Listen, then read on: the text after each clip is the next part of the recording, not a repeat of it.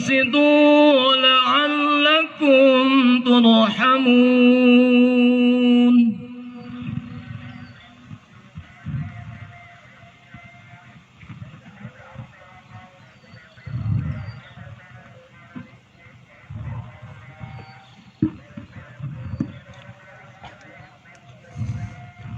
Assalamualaikum warahmatullahi wabarakatuh.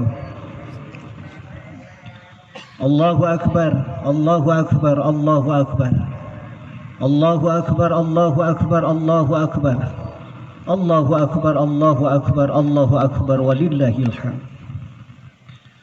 Alhamdulillahilladzi hadana subulas salam wa afhamana bi syari'atin nabiyil karim. Alhamdulillahilladzi ja'ala lana 'idal fitri wal adha. Asyhadu an la ilaha illallah wahdahu la syarika lah. Wa asyhadu anna Muhammadan 'abduhu wa rasuluhu la nabiyya ba'dah. Fa ya ayyuhal ikhwan, usikum wa nafsi bi taqwallah faqad fazal muttaqun. Faqala ta'ala A'udzu billahi minasy syaithanir rajim. Inna a'tainakal kautsar fashalli li rabbika wanhar. Inna syani'aka huwal abtar. Shadaqallahul azim. Saudara kaum muslimin wal mukminat, sidang Id yang dimuliakan oleh Allah Subhanahu wa taala. Ungkapan rasa syukur sudah seharusnya kita ungkapkan biqauli alhamdulillah, karena sampai saat ini kita masih mendapatkan kepercayaan dari Allah Subhanahu wa taala untuk menikmati karunia-Nya. Terlebih lagi saat ini masih diberikan kesempatan untuk bertemu dengan hari raya Idul Adha 1441 Hijriah. Di tengah-tengah pandemi COVID-19 di seluruh penjuru dunia yang terus meningkat, yang imbasnya tahun 2020 ini tidak ada keberangkatan pelaksanaan ibadah haji ke kota Mekah. Sungguh keadaan ini sangat berat, terutama yang sudah persiapan keberangkatan. Tetapi yakinlah bahwa apapun peristiwa yang terjadi pada manusia, peristiwa yang terjadi di muka bumi, sesungguhnya itu sudah merupakan skenario besar dan ketetapan Allah Subhanahu wa taala. Tinggal kita bersabar dan bertawakal kepadanya. Qul la yusibana illa ma kataballahu lana huwa maulana wa 'ala Allahi falyatawakkalul mu'minun. At-Taubah ayat 51. Oleh karenanya kita harus bijak dan tetap berhusnudzan kepada Allah Subhanahu wa taala, karena kita yakin bahwa setiap peristiwa di dalamnya menyimpan sebuah hikmah yang sangat besar untuk keberlangsungan dan kehidupan umat manusia di bumi. Dan kita harus tetap yakin dan optimis bahwa kita akan mampu melewati masa-masa tersulit seperti sekarang ini biiznillah, karena atas izin Allah Subhanahu wa taala. Allahu akbar, Allahu akbar, Allahu akbar walillahil hamd. Hari raya Idul Adha menjadi sebuah momentum besar bagi kita untuk membuka kembali lembaran-lembaran sejarah ribuan tahun yang lalu yang ditorehkan oleh figur sentral sekaligus tokoh inspirator kita, yakni Nabiullah Ibrahim alaihi salam. Tidak kurang dari 60 ayat dalam Al-Quran yang mengisahkan tentang perjalanan Nabiullah Ibrahim dengan berbagai macam peristiwa yang dapat kita jadikan sebagai sumber referensi dan pelajaran kita pada hari ini.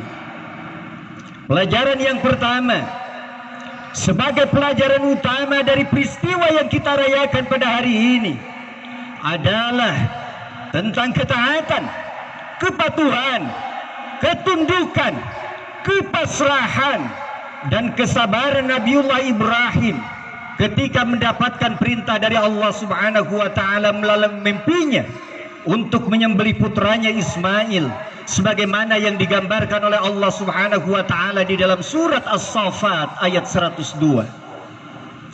Secara rasional mungkin akan sangat sulit diterima dan dibayangkan bagaimana seorang Nabi Ibrahim mampu menghadapi ujian yang sangat berat dari Allah Subhanahu wa taala, mengingat dalam waktu yang cukup lama tidak dikaruniai anak. Lalu ketika sudah dikaruniai anak Ismail alaihissalam yang sudah mulai tumbuh dewasa, harus dikorbankan. Ternyata ikhwah fillah, ketaatan dan kecintaan Nabi Ibrahim kepada Allah mengalahkan kecintaan kepada putranya, yang pada akhirnya Nabi Ibrahim dan keluarganya mendapatkan limpahan karunia Allah berupa penghentian prosesi penyembelihan Ismail, dan Allah ganti dengan seekor domba yang sangat besar. Wa fadainahu bidhibhin azim.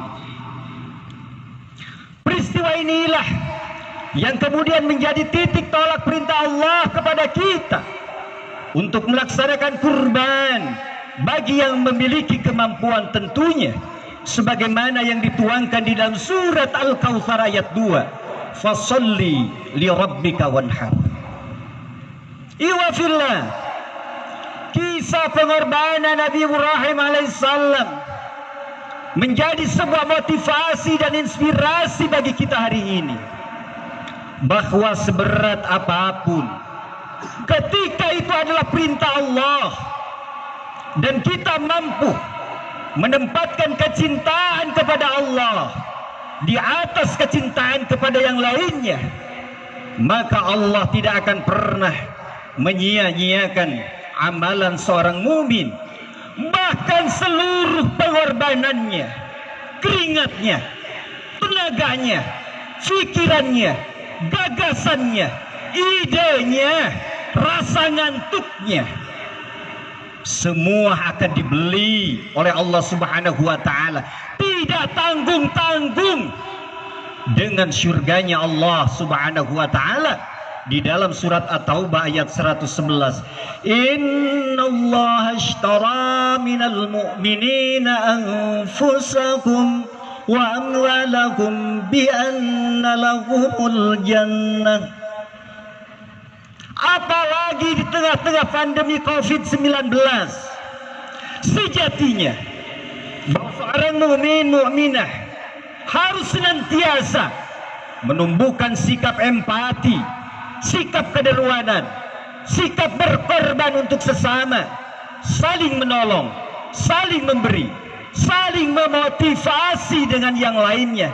Ini menjadi sebuah hal yang sangat terpenting pada hari ini untuk memberikan penguatan antara satu dengan yang lainnya. Wal mu'minuna wal mu'minat ba'duhum awliya'u ba'din. Seorang mukmin dengan mukmin yang lainnya harus saling menguatkan, harus saling memberi, harus saling memberikan pertolongan. Itulah yang terbaik di hadapan Allah Subhanahu wa taala.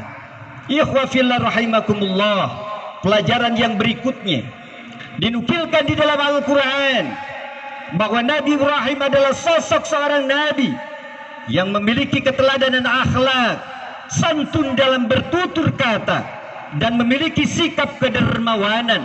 Dalam surat Al-Mumtahanah ayat 6, Allah menjelaskan demikian, sampai-sampai Allah menitipkan salam untuk Nabi Ibrahim melalui malaikat Jibril. Di samping itu pun ya khawafillah, Nabi Ibrahim merupakan sosok yang tangguh, yang tidak pernah mengenal dalam mencari kebenaran sejati untuk bertauhid, sebagaimana yang prosesnya Allah jelaskan di dalam surat Al-An'am ayat 76 sampai dengan 78.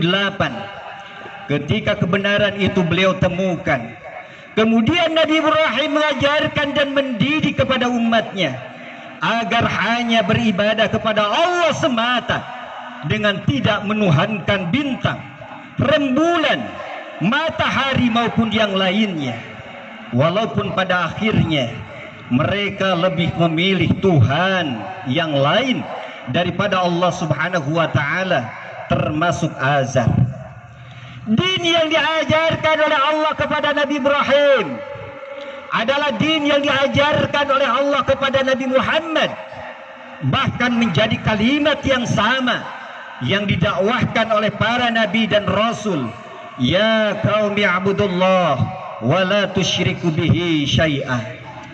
Sebab tidak ada dosa yang paling besar kecuali beribadah dan menghambakan diri kepada selain Allah, dan segala bentuk kemusyrikan itulah yang menjadi penyebab hancurnya umat-umat yang terdahulu dan menjadi penyebab tertutupnya pintu-pintu langit, sehingga langit tidak membukakan keberkahan kepada penduduk bumi. Pertanyaannya adalah, apakah kita pada hari ini sudah jauh dari perbuatan-perbuatan syirik yang diharamkan oleh Allah Subhanahu wa taala?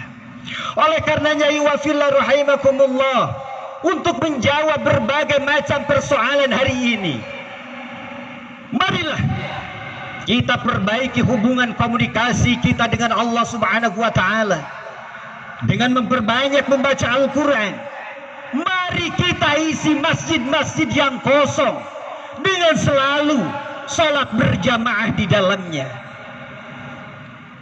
Marilah kita lawan segala bentuk kemalasan dan sikap-sikap kemunafikan dengan mengikhlaskan seluruh amal perbuatan kita hanya untuk meraih ridha Allah Subhanahu wa taala. Dan mari kita pulihkan kembali identitas dan jati diri kita di hadapan Allah Subhanahu wa taala, sehingga kita benar-benar layak dan pantas untuk menempati syurganya Allah Subhanahu wa taala.